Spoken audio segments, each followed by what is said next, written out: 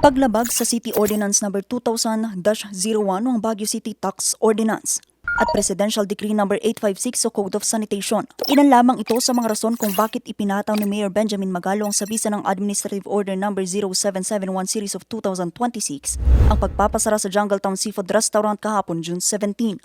Ang desisyong ipasara at ipatigil ang operasyon ng nasabing seafood restaurant ay nag-ugat sa isang viral video ng isang customer noong Sabado June 13 matapos makita ang isang daga sa sinigang na nadagdagan pa matapos na mag-operate di umano isang araw matapos ang insidente. Nauna na kasing sinabi ni Mayor Benjamin Magalong na dapat makakuha muli sila ng kaukulang dokumento alinsunod sa umiiral na Sanitation and Environmental Health Code o Ordinance No. 86-2025. Usually may undertaking yan at in the next 1 week, aayusin nila o 2 weeks.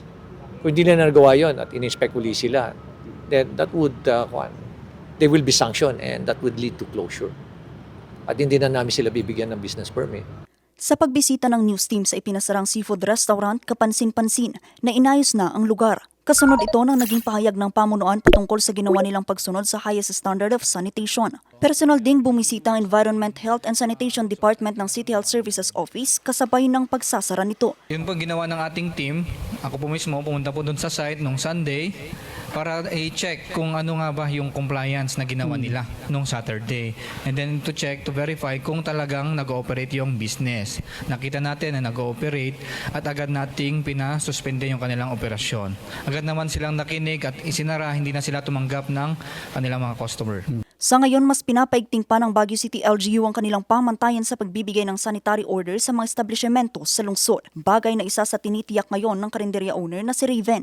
Una-una po, sinisigurado po namin malinis yung kamay namin, naka-gloves, gano'n po. Lahat po, bangko po gamitin, naka-sanitize, gano'n po. Ngayon, bago po sila mag-operate, dapat po dumaan muna sila sa aming opisina.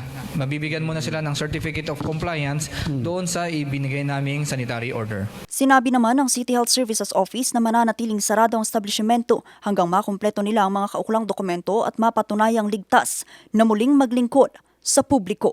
Vanessa Bugtong, RNG News.